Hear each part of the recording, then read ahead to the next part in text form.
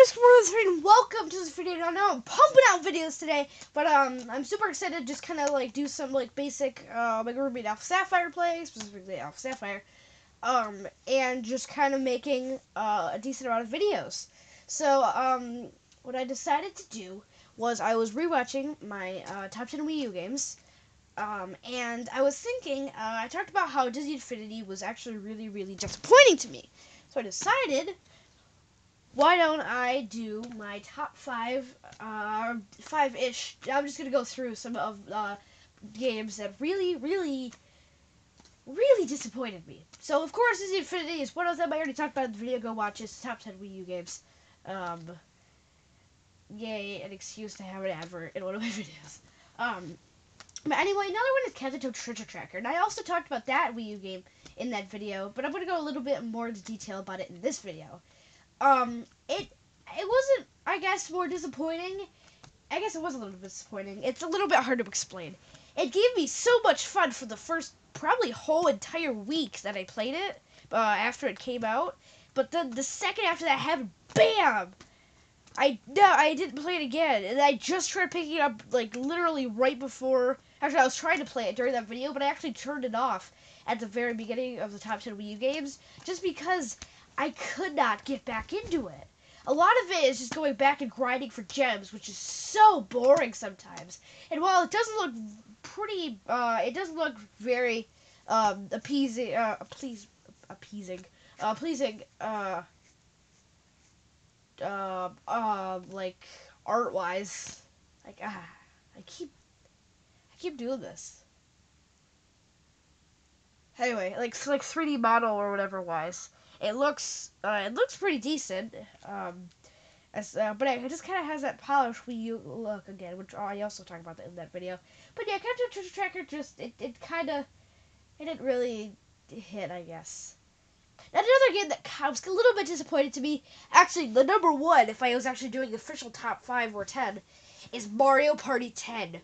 I don't think anybody in the world likes this game, and I'm pretty sure nobody in the world would didn't think that it was disappointing. The Bowser mode looked like awesome. I would be watching a YouTube video and just bam, there it is, just Bowser running after, like killing Mario. They show these awesome mini games, except you never get a chance to play mini games. What? There's like 2 boss mini games, and occasionally there's a chance you can play a mini game in a Mario Party game. And Bowser always catches up to you. All the Bowser games are extremely unfair. And Beth and some of my friends and things will never play with me because I always pick Bowser, and Bowser just kills everybody. It's so dumb. It's so terrible. It's so unfair. I hate it. I'm pretty sure everybody in the world hates it. That's why that's on this list. It's probably on everybody's most disappointing list, except like one I've seen. Most Nintendo fans' disappointing list. Anyway. So another game that's slightly quote-unquote disappointing was Gen 6. Kalos games, X and Y. Now, while it's not exactly disappointing, I guess, but there are a couple of parts of it that were kind of disappointing. Like, story-wise, it kind of just fell flat. Sure, the AZ thing storyline was kind of deep, because they never explored it again. There was nothing to do post-game. And then Alpha Sapphire just really put it to shame with the Delta episode, being able to face all the Elite Four members as many times as you want, getting every single legendary, having the whole thing with Latios. It's just boom! Like, it's just, there's so much content in Mega Ruby Alpha Sapphire, yet like none in the main series games, which I think is actually just kind of sad. Though while the 3D things look good, they also introduced, I think it was like, what? It went from like 650 to like 716 or something like that. I think there was like 100 Pokemon. And that's ridiculous. You can't have 100 new Pokemon. That's less than the original game started with. The original game started with 151. Although I guess actually I think most games did have about 150. But anyway, like what? Like 100 like max new Pokemon.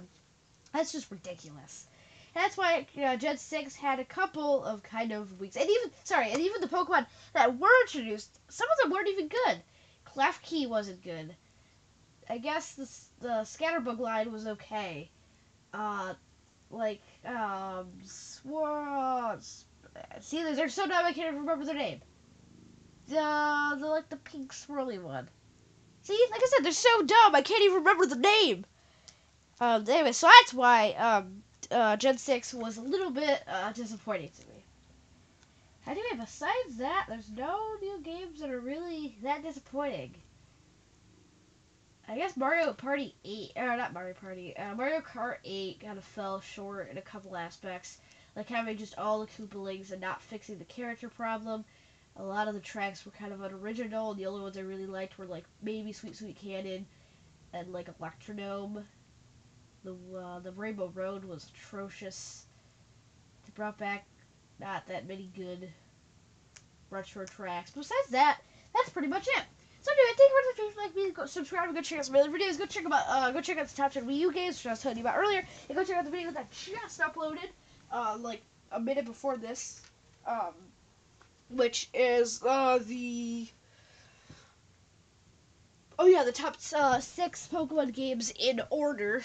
So yeah. So anyway, thank you for watching. See you next time. Bye.